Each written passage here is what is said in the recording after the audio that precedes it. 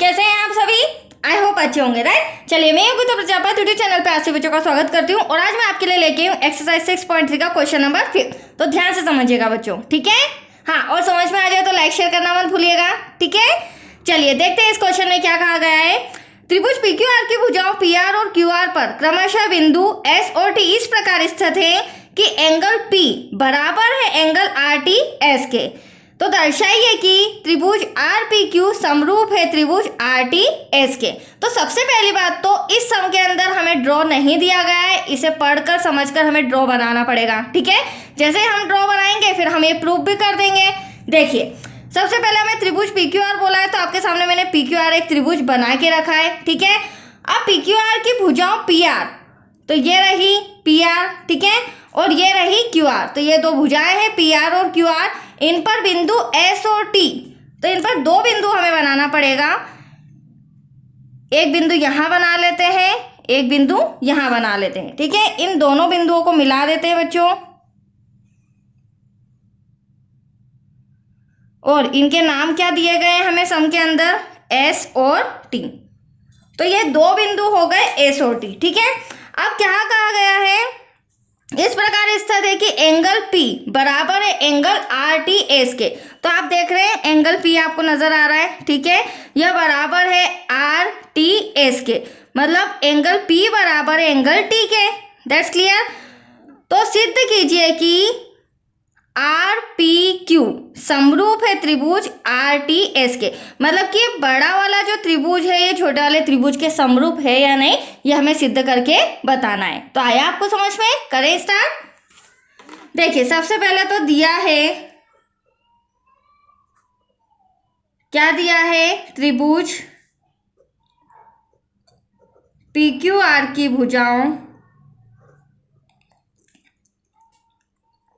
कौन कौन सी भुजाएं बच्चों, PR और QR।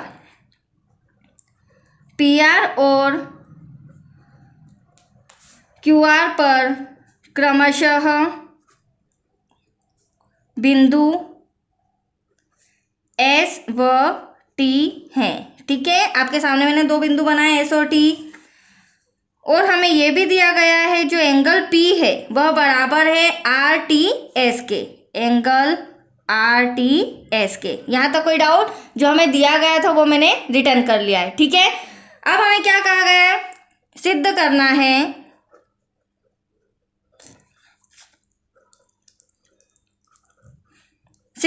है त्रिभुज RPQ समरूप है, त्रिभुज RPQ समरूप है त्रिभुज RTS के, ठीक है। तो इन दो त्रिभुज को जब हमें समरूप बताना है तो ये दोनों त्रिभुज लेकर ही हम सॉल्व करते हैं। तो त्रिभुज RPQ तथा त्रिभुज RTS में, ठीक है बच्चों। अब देखिए, बहुत ही इजी सम है, छोटा सा है, ध्यान से समझिएगा। हमें यहाँ पर दे रखा है सम के अंदर कि एंगल जो P है वो बराबर है RTS के, मतलब कि इन दोनों त्रिभुजों में एक चीज, एक एंगल तो हमें बराबर दे रखा है, एंगल P बराबर है एंगल T के। तो वो यहाँ पर मैं रिटर्न कर देती हूँ, एंगल P बराबर है एंगल T के, ये हमें सम के अंदर दिया है।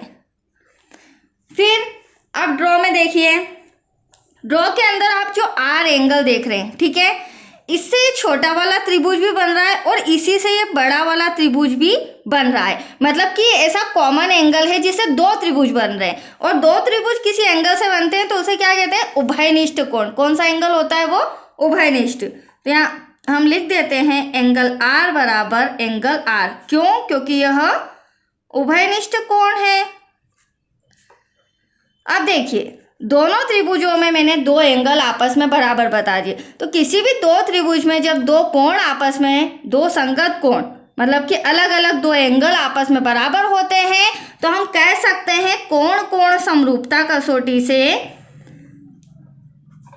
कोण कोण समरूपता कसौटी से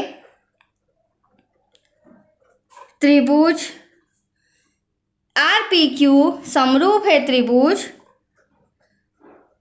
RPQ समरूप है त्रिभुज RTS के। That's your answer. यही सिद्ध करना था हमें। तो ये आपका आंसर आ चुका है।